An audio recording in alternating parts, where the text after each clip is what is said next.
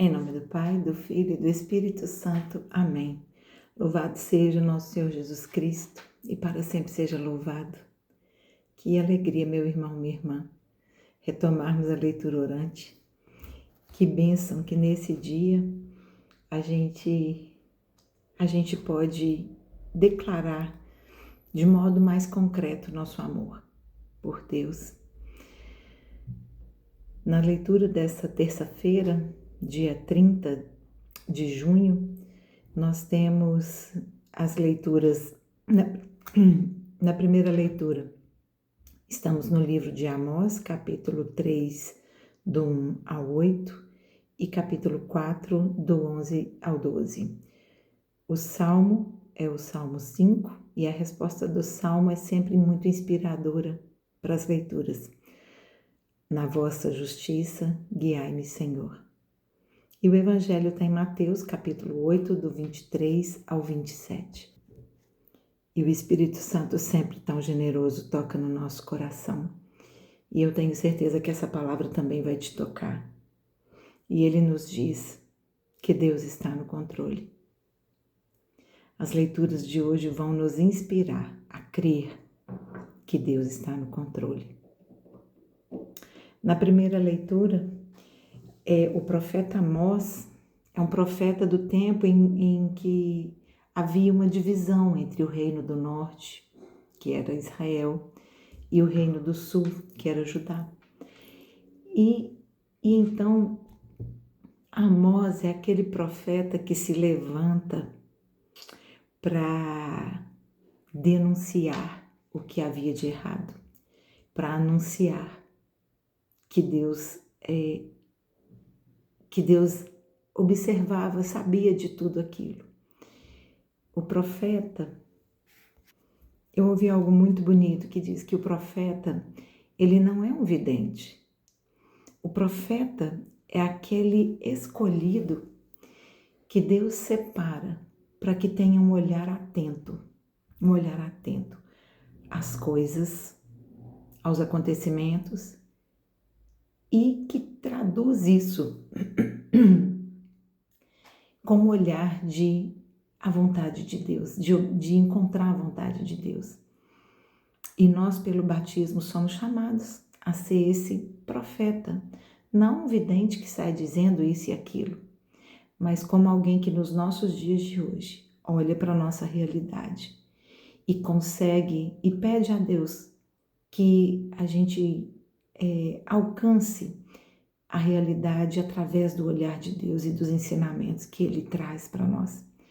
Então, que nós possamos pedir a Deus hoje que sejamos profetas. E não é fácil. É a missão do profeta. Então, para Amós também não era diferente, né?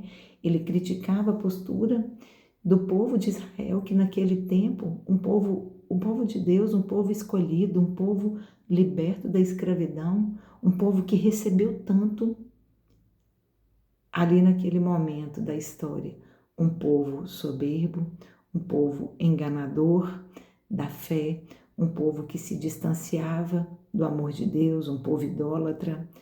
E então Amós vem trazer esse olhar que com certeza não agradou, né?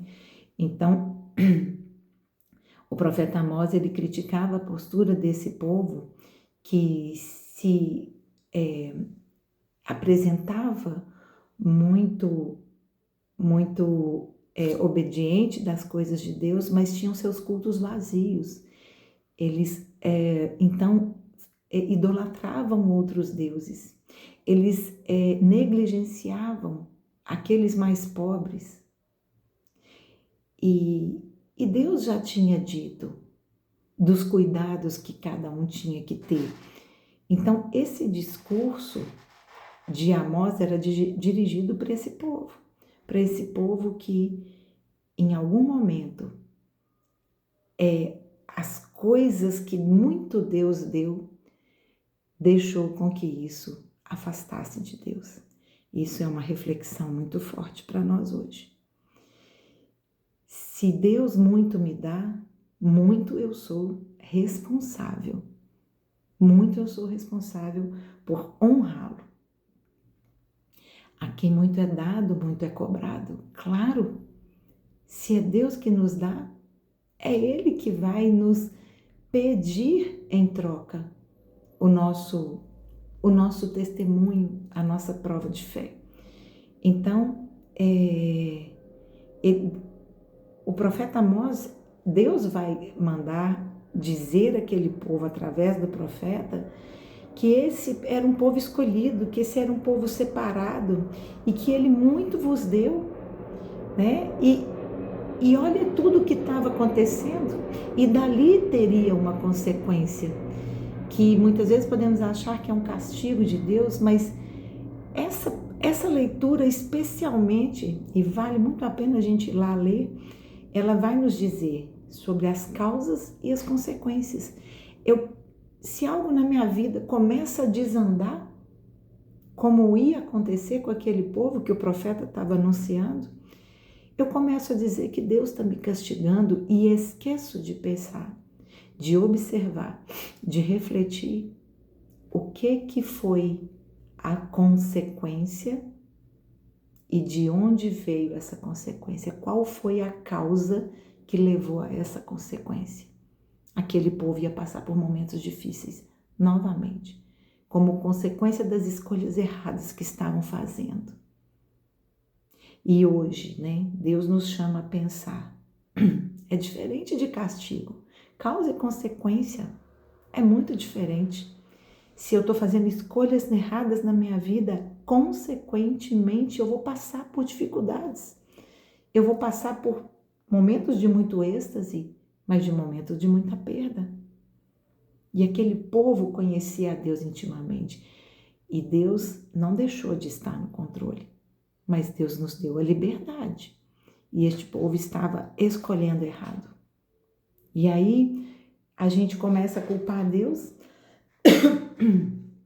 porque queremos nos isentar das nossas escolhas. Não, mas eu posso escolher ir contra a vontade de Deus. Não, não posso. Se eu conheço, eu assumo essa aliança de caminhar com Ele. Então, a gente fica culpando a Deus algo que eu não quero me implicar na mudança. Então, aquele povo começou a caminhar errado, as consequências iam vir. E se o profeta está anunciando, está falando, alguém ao seu lado te disse, olha, não está muito bom por aí, para refletir. É a voz de Deus que veio através da boca de um amigo para te dizer, não tá bom, não tá bom. Cuidado com a arrogância, com a soberba, com a inveja, com a hipocrisia. Gente, quanta coisa podemos olhar para a nossa vida hoje e falar, Senhor, me ajuda a me libertar disso. Eu não quero as consequências desse pecado, então não me deixa cair nele. Que leitura, gente! Deus então fala da importância dos profetas, porque é Ele que manda. Quantas pessoas chegam até você, muitas vezes com uma mínima palavra, e te deixam uma palavra de Deus e fala, olha, eu tenho um recadinho de Deus para você. Não desiste, não desiste. Fica firme. Não vai para outro caminho. Deus nos manda anjos, que são boca do Espírito Santo na nossa vida. E essa leitura que vai falar sobre o profeta Amós, exortando o povo de Israel, vai nos dizer isso. Existem consequências para as coisas que eu escolho. Causa e consequência estão intimamente ligadas.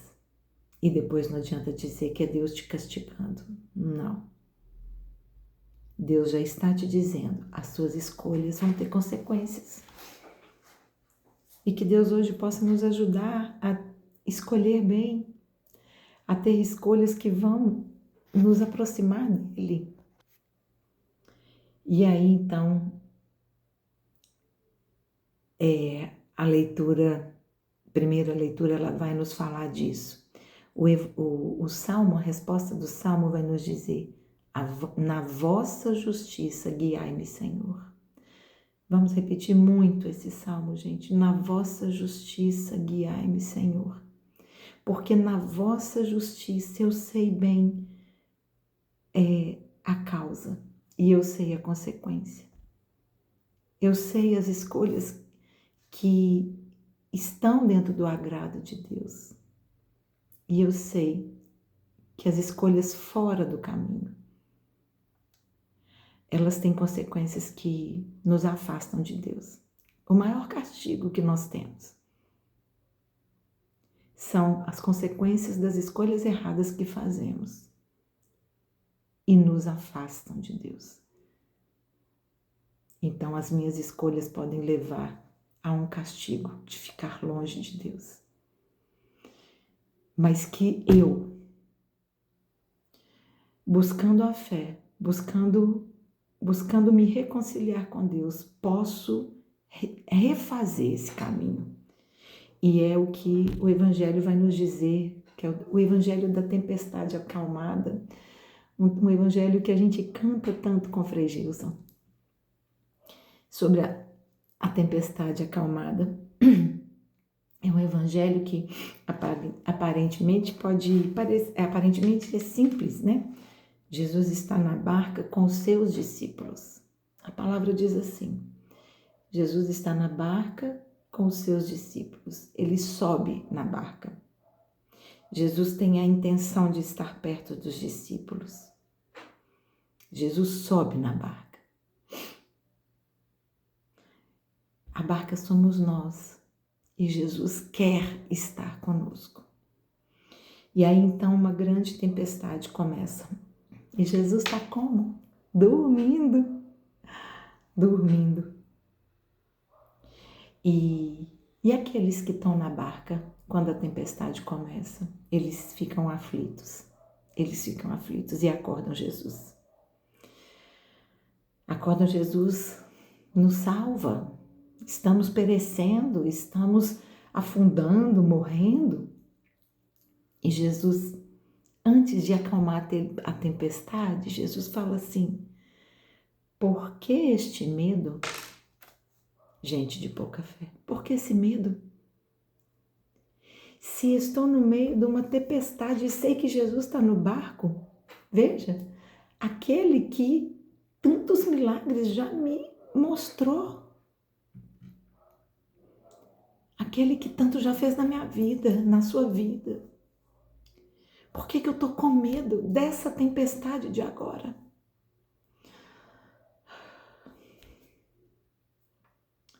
Essa tempestade não é diferente de outras que nós já passamos. E também não é diferente que Jesus está no barco conosco. Por que algumas tempestades a gente se abala? Provavelmente porque estamos caminhando muito longe de Jesus.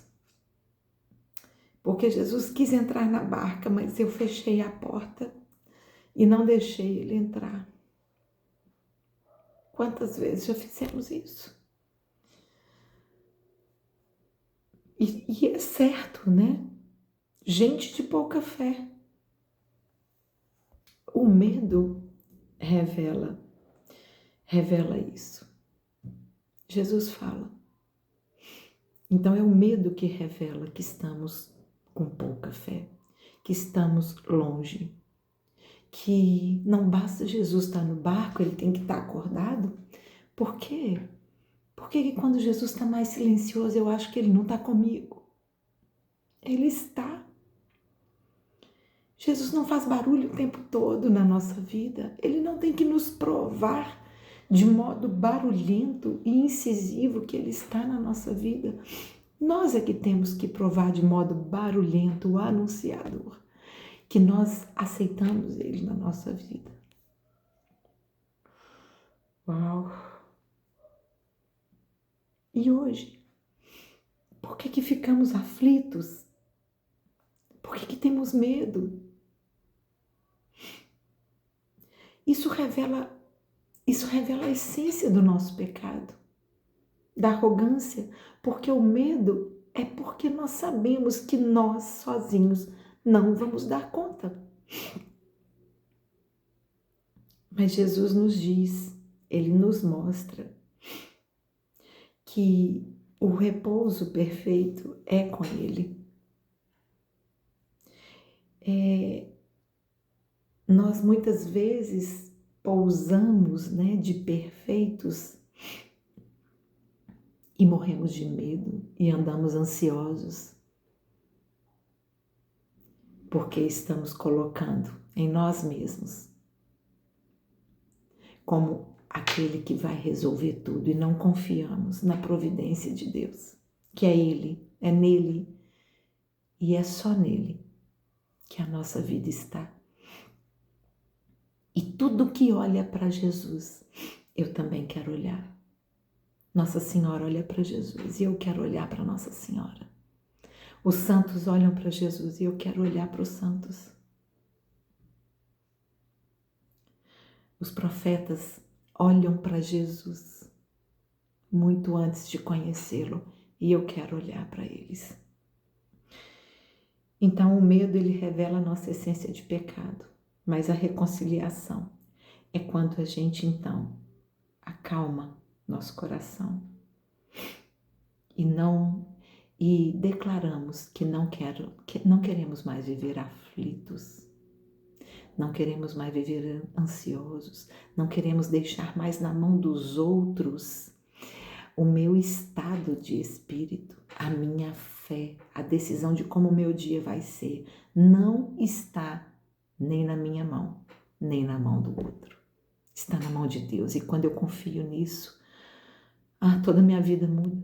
Toda a minha vida muda. Oh, meu Deus, como essa leitura muda nosso olhar.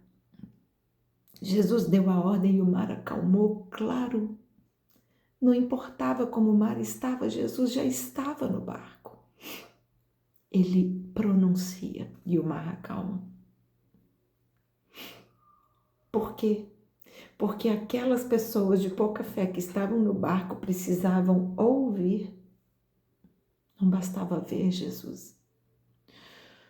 Senhor, afasta de nós este erro. E eles ainda perguntam: que homem é esse que acalma o mar? É o mesmo que ressuscitou, é o mesmo que curou, é o mesmo que fez tanta coisa na minha vida, na sua vida. O mar é o mundo, o barco sou eu. E Jesus está no barco ou não está no barco? Jesus está no seu barco ou não está no seu barco? É assim que nós vamos passar pelas tempestades. Porque Deus não espera nossa vida estar um mar de rosas, nossa vida estar prosperando para que a gente aprenda. A primeira leitura vai nos mostrar que é neste momento que nós mais nos afastamos de Deus, quando nós achamos que nós somos os vitoriosos. É na tempestade que a gente aprende que nada que a gente passe para Deus é em vão. Muitas vezes nós estamos de coração duro e não queremos aprender e continuamos errando. E precisando sacudir Jesus, como se ele não estivesse no barco. As nossas decisões têm consequências. E hoje nós declara para você que Jesus está no barco. O medo não vai mais me limitar. Porque o Deus que eu creio é muito maior do que qualquer tempestade. Meu irmão, minha irmã, onde está a sua fé? Onde está a minha fé? Obrigada, meu Deus, por essa palavra. O Senhor está no controle. Eu quero a paz ou o desespero? Eu creio, Deus está no controle da minha vida, da sua vida. Seja profeta por onde você passar. Louvado seja nosso Senhor Jesus Cristo, para sempre seja louvado, em nome do Pai, do Filho e do Espírito Santo. Amém. Nossa Senhora de Lourdes, rogai por nós.